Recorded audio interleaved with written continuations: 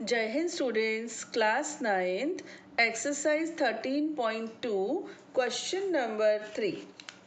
धातु का एक पाइप 77 सेंटीमीटर लंबा है। इसके एक अनुप्रस्थ काट का आंतरिक व्यास 4 सेंटीमीटर है और बाहरी व्यास 4.4 सेंटीमीटर है।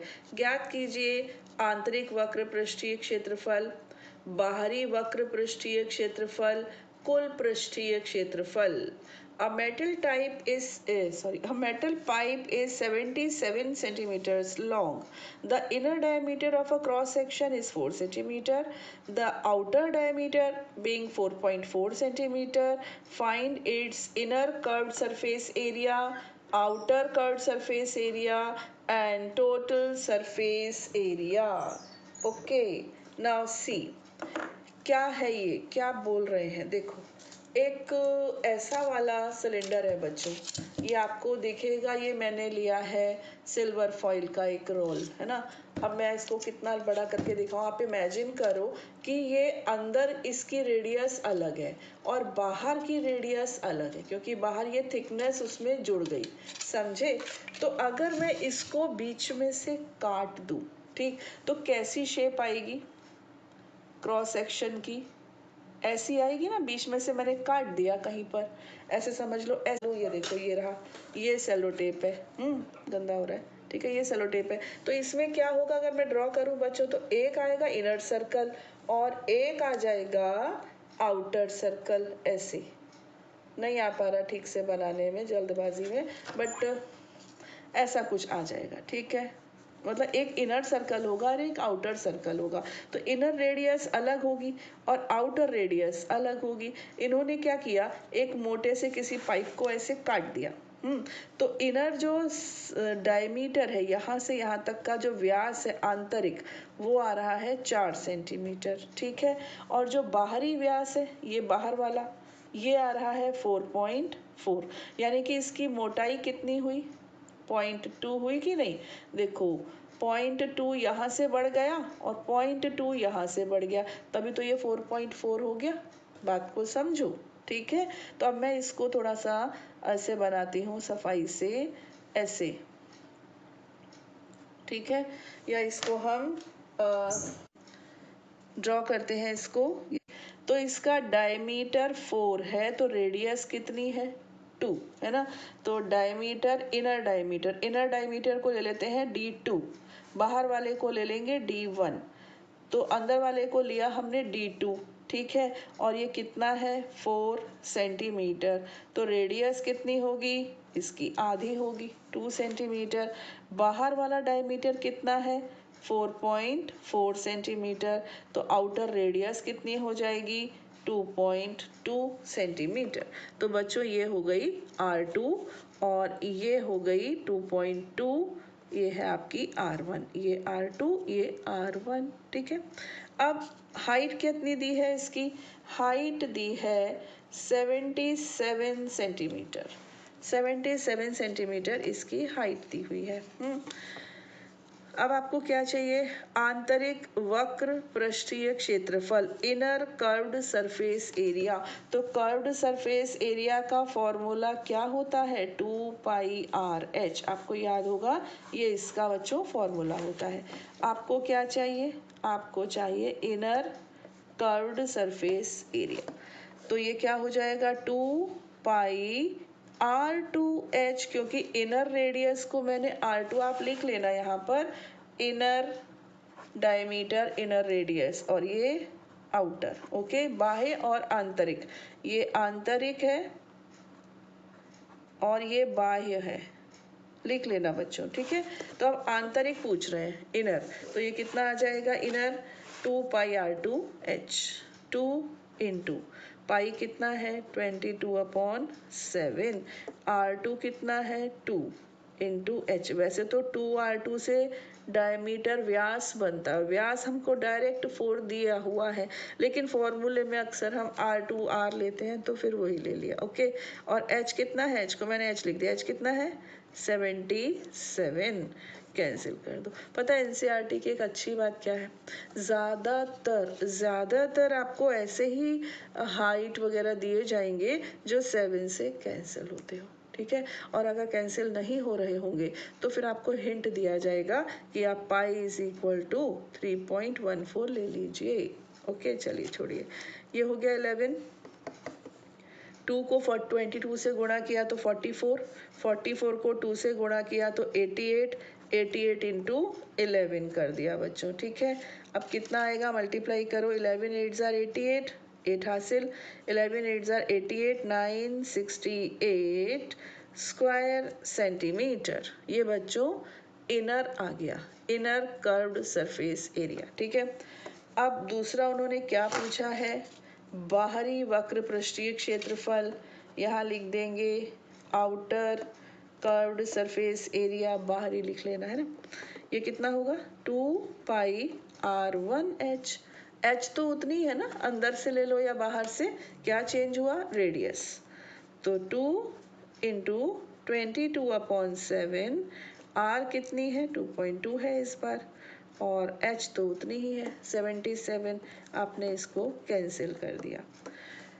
अभी क्या हुआ, 2 इंटू 22 से हो गया 44, और 11 को करते 11 2 ज़ा 22, 11 2 ज़ा 22 और 2 24.2, 24.2, ठीक है। अब 24.2 को 44 से हम मल्टीप्लाई करते हैं, 4 2 ज़ा 8, 4 4 ज़ा 16, 4 2 ज़ा 8 968, फिर यहाँ पर 968, 8 9 6 15 और 1 16, 106। डेसिमल कितने प्लेस के बाद आने वाला है, ओनली 1। तो आपका आंसर हो गया 1064.8 सेंटीमीटर स्क्वायर। क्लियर है बच्चों? ये क्या आ गया, ये आ गया आपका आउटर सरफेस एरिया। हाँ, अब रह गया कुल पृष्ठीय क्षेत्रफल। ये इम्पोर्टेंट है, सीखना है, नई चीज है ना। चलिए देखिए कैसे सीखते हैं इसको। कैसे, कुछ आपको थोड़ी हिंट करूं, ये ऐसे समझ लो, ऐसा सिलेंडर है कोई, मान लीजिए, ठीक है, ये है। अब इसका टोटल सरफेस एरिया चाहिए, टोटल सरफेस एरिया तो बाहर का तो चाहिए, यानी कि बाह्य वक्र पृष्ठ चाहिए, अंदर का भी चाहिए, और ऊपर और नीचे सर्कल नहीं है आपकी बारी, ऊपर और नीचे ऐसी रिंग है, अंदर से ये खोखला है, हॉलो है ना। बाहर क्या है, बाहर सिर्फ ये रिंग है। रिंग का क्षेत्रफल कैसे आएगा, मैं बताती हूँ। क्या करना, बाहर वाले सर्कल का एरिया लेना, वो क्या होगा, पाई r1 स्क्वायर, बाहर वाले का, ये देखो r1 है ना, बाहर वाले का, ठीक। फिर ले लो अंदर वाले का, पाई r2 स्क्वायर, बाहर वाले के एरिया में से अंदर वाला एरिया माइनस कर दो, ठीक है। आप बाहर वाले एरिया में से अंदर का एरिया माइनस कर दो तो ये रिंग का एरिया रह जाएगा, ठीक है। चलिए मैं इसको आपको यहाँ ड्रॉ करके दिखाती हूँ। देखिए इस सर्कल का एरिया अगर हम ले और इस बाहर वाली रेडियस को हम ले रहे हैं 2.2, हमको दे रखी है ना, इस पूरे सर्कल का एरिया, ये जो पीछे से आपको ये पूरा सर्कल दिख रहा है, इसका एरिया होगा पाई इंटू 2.2 होल स्क्वायर, है ना। ये किसका होगा, ये पूरे सर्कल का होगा, लेकिन हमको तो सिर्फ इस पट्टी का चाहिए, है ना। तो अंदर वाला सर्कल का एरिया कितना है, अंदर की रेडियस कितनी है बच्चों, 2 सेंटीमीटर। तो अंदर वाले सर्कल का एरिया क्या होगा, पाई इंटू 2 मीटर। इसको हम काट कर निकाल देंगे, देखिए कैसे। ये देखिए बच्चों, ये वाला सर्कल अंदर से मैंने निकाल दिया, तो अब ये बाहर की पट्टी रह गई। तो इस पट्टी का एरिया क्या हुआ, पूरे सर्कल का एरिया पहले निकाला, उसमें से अंदर वाले सर्कल का एरिया माइनस कर दो, तो ये पट्टी रह जाएगी। गॉट इट, दिख रही है ये पट्टी, पहले ये पूरा सर्कल था, है ना, इसमें से अंदर का सर्कल निकाल दिया। तो पूरे सर्कल का एरिया का फॉर्मूला क्या था, पाई r1 स्क्वायर माइनस अंदर के सर्कल का कितना है, पाई r2 स्क्वायर। अब बच्चों ये जो बच गया, ये इस जो रिंग है इसका एरिया है, ठीक। और ऐसी दो रिंग्स है, एक ऊपर है, कोई भी सिलेंडर है, इसके एक रिंग यहाँ ऊपर है और एक रिंग यहाँ नीचे है, दोनों तरफ है ना। तो इस एरिया को भी हमको डबल करना होगा। तो अब इसका टोटल सरफेस एरिया होगा, वो बच्चों देखो क्या होगा, टोटल सरफेस एरिया ये होगा आपका 2πr1h यानी बाहर वाला है ना, कर्व सरफेस एरिया। फिर हम लेंगे 2πr2h यानी कि अंदर वाला है ना, और फिर हम लेंगे 2 ओके πr1² माइनस πr2²। ये बच्चों मैंने बहुत अच्छे से आपको बता दिया है ना। अब कर्व सरफेस एरिया अंदर वाला कितना आया था, अंदर वाला आया था 968 और बाहर वाला था आपका 1064.8। तो आ चुका है ना बच्चों, इसकी मेहनत हम दोबारा क्यों करें, है कि नहीं। +2 यहाँ से पाई कॉमन ले लो, R1 कितना है 2.2 का स्क्वायर और R2 क्या है 2, तो 2 का स्क्वायर है ना। अब इनको ऐड कर दो तो 8, 8 और 4 12, 6 6 12 और 1 13, 9 और 1 10, 2032.8 प्लस 2 इंटू 22/7 इंटू 4.84 माइनस 4 ऐसे। तो हो गया 2032.8 प्लस 44/7 इंटू 0.84 सब्ट्रैक्ट कर दिया तो ये आ गया 12। 2032.8 प्लस 12 चौक 48, 12 चौक 48 तो 5.28 करके देख लीजिएगा। हाँ अब ऐड कर दो 8 and 8 16 6 नहीं सॉरी वो 28 है और ये 8 है, 1 मिनट। हाँ 5.28 ऐसे 8 8 और 2 10 5 2 7 और 1 8 ये आ गया 2038.08 ओके स्क्वायर सेंटीमीटर। एरिया है स्क्वायर सेंटीमीटर ज़रूर लगाना, उसका यूनिट होता है, उसका हक होता है ना। चलिए अब आते हैं हम क्वेश्चन नंबर 4 पर। क्वेश्चन नंबर 4 थोड़ा अच्छा है, इंटरेस्टिंग है, टीचर्स को पसंद है। एक रोलर का व्यास 84 सेंटीमीटर है और लंबाई 120 सेंटीमीटर है। एक खेल के मैदान को एक बार समतल करने के लिए 500 चक्कर लगाने पड़ते हैं। खेल के मैदान का मीटर स्क्वायर में क्षेत्रफल ज्ञात कीजिए। The diameter of a roller is 84 centimeter and its length is 120 centimeter. It takes 500 complete revolutions to move once over to level a playground. Find the area of the playground in meter square. Roller roller क्या होता है, आपने देखा है road roller होते हैं ना, जो रोड को समतल करते हैं, रोड बनती है उसके ऊपर पहले रोड रोलर चलते हैं, रास्ता रोक दिया जाता है हम लोगों के लिए। वो क्या करता है, वो समतल कर देता है किसी भी चीज़ को, बहुत हैवी होता है ना। तो एक रोड रोलर है, वो भी बेलनाकार होता है, आपको देखा होगा तो सिलेंड्रिकल हो। इसको लेती हूँ, इसको रोड रोलर समझ लीजिए, ये रोड रोलर है। हाँ इसका जो डायमीटर है वो है 84 सेंटीमीटर और जो इसकी लेंथ दे रखी है, लेंथ दी है 120 सेंटीमीटर। तो जो इसकी लेंथ है ना बच्चों, ये हमारे रोड रोलर हमारे सिलेंडर की तो हाइट बन जाएगी। ये लेंथ बोल रहे हैं लेकिन हमारे लिए ये हाइट है, ठीक है। अब एक बात, ये जैसे मैंने यहाँ पर सेलो टेप लगाया है, ये मैं इसकी निशानी लगा रही हूँ ओके। ये सेलो टेप वाला पोर्शन ऐसे रखा हुआ है, यहाँ रखा हुआ है सेलो टेप वाला पोर्शन, इसको टच कर रहा है, अर्थ को, ज़मीन को टच कर रहा है, ठीक है। अब ये रोड रोलर एक सर्कल पूरा करता है, एक रिवॉल्यूशन। देखो ये देखो यहाँ है, मैं इसकी निशान लगा दूँ, ये यहाँ पर है, यहाँ पर ये निशान लगा दिया यहाँ पर, ठीक है। अब ये यहाँ से रोल होना स्टार्ट कर रहा है, देखिए ये ऐसे रोल हो रहा है। ये रोल होगा, एक रिवॉल्यूशन कंप्लीट तब माना जाएगा जब ये जो पोर्शन था वापस ज़मीन पर टच करेगा। तो ये यहाँ से यहाँ तक चला, यहाँ से यहाँ तक, कितने में, एक रिवॉल्यूशन में। हाँ तो यहाँ से रख के स्टार्ट किया था पूरा एक रिवॉल्यूशन। तो ये यहाँ से यहाँ तक बच्चों जो ये चला, ये एक रेक्टेंगल ही तो चला, देखो ये ऐसे था ना, ऐसे, और ऐसे लेकर आ जाओ तो एक रेक्टेंगल ही तो चला, इसको मैं अभी काट दूं तो एक खुल के रेक्टेंगल ही तो बन जाएगा। तो आपको ये बताना है कि ये क्या होता है फिर। ये रोड रोलर का कर्व्ड सरफेस एरिया है। एक रोड रोलर एक रिवॉल्यूशन लगाने में उतना ही एरिया तय करेगा जितना उसका कर्व्ड सरफेस एरिया है। बस इतनी सी बात है। तो अब यहाँ पर हम लिख रहे हैं area covered by a road roller in one revolution, ठीक है, is equal to its curved surface area. ठीक है, यहाँ लिखेंगे हिंदी में भी रोलर ही बोला है, रोलर द्वारा एक चक्कर लगाने में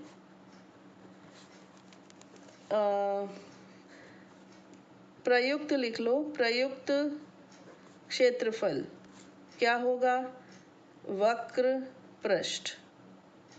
ठीक है, इसका वक्र पृष्ठ एक चक्कर लगाने में कितना क्षेत्रफल यूज हो रहा है, इसका जो कर्व सरफेस एरिया होगा, और उसका फॉर्मूला क्या होता है 2πr/h। r तो नहीं दी, d दी है ना, तो d कितनी दी है, पहले d लिख ले, d दी है 84 सेंटीमीटर, तो रेडियस हो जाएगी 84 की आधी, ये हो गई आपकी 42 सेंटीमीटर। ठीक है, और उसकी जो लेंथ दी है वो हमारे लिए हाइट का काम करेगी, है ना, और वो कितनी दी है, वो है 120 सेंटीमीटर। आंसर बता रहे, पूछ रहे हैं मीटर स्क्वायर में। ठीक है, बोल रहे हैं आंसर मीटर स्क्वायर में बताइए।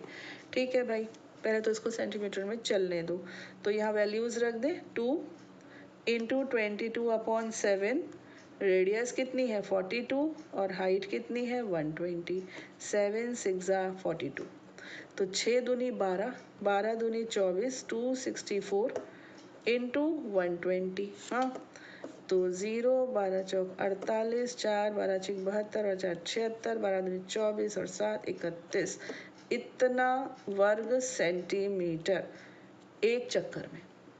और इतना बड़ा मैदान है, वो इतना बड़ा मैदान है कि जब उसको पूरा एक समतल हो जाता है ना, तो उसको 500 रिवॉल्यूशन लगाने पड़ते हैं। यहाँ लिखेंगे एरिया कवर्ड इन 500 रिवॉल्यूशंस। ठीक है, 500 चक्करों में समतल किया गया, ऐसे लिख लो, वो प्रयुक्त शब्द मुझे अच्छा नहीं लग रहा, समतल किया गया क्षेत्र। यहाँ भी आप प्रयुक्त की जगह समतल किया गया लिख लो। ठीक है, समतल हुआ या किया गया। ठीक है, ऐसे कर लो। क्या करोगे आप, इसको 31680 को 500 से 500 से कर दोगे मल्टीप्लाई, तो 2 3 तो बच्चों ये 0 ही हो गए, 1 2 और 1 3। ठीक है, 5 8 40, तो 1 0 और 4 आ गया, 5 6 30 और 4 हो गया 34, 5 1 5 और 3 हो गया 8 और 5 3 15, इतना स्क्वायर सेंटीमीटर। लेकिन उन्होंने कहा है कि आंसर बच्चों मीटर स्क्वायर में चाहिए। 1 मीटर में 100 सेंटीमीटर होते हैं, तो 1 सेंटीमीटर में कितने मीटर हुए, सेंटीमीटर नीचे ले आओ, तो 1 सेंटीमीटर में 1/100 मीटर हुए, है ना। अब तुमको अगर सेंटीमीटर को मीटर में बदलना है तो तुमको 100 से भाग देना पड़ेगा, और यहाँ पर तो 2 बार सेंटीमीटर है, स्क्वायर सेंटीमीटर, यानी कि सेंटीमीटर इंटू सेंटीमीटर, तो तुमको 2 बार 100 से भाग देना पड़ेगा। बात समझ में आ गई। एक बार बदलते तो 100 से करते, लेकिन स्क्वायर सेंटीमीटर 2 बार। तो अब इसको हम 1584000, ये स्क्वायर सेंटीमीटर था, इसको हम 100 इंटू 100 करके मीटर स्क्वायर में कन्वर्ट कर रहे हैं। तो ये चांस की बात है, चारों ही 0 कैंसिल, 1584 मीटर स्क्वायर। ठीक है, तो इतना एरिया उस फील्ड का है जिसको हमारा रोड रोलर 500 रिवॉल्यूशन लगाकर समतल कर पाता है। ठीक है, तो इस वीडियो में बच्चों 2 ही क्वेश्चंस ले रहे हैं, आगे के क्वेश्चंस हम लेंगे अपने नेक्स्ट वीडियो में। टिल देन पढ़ते रहिए और मैथ्स को एंजॉय करते रहिए। जय हिंद।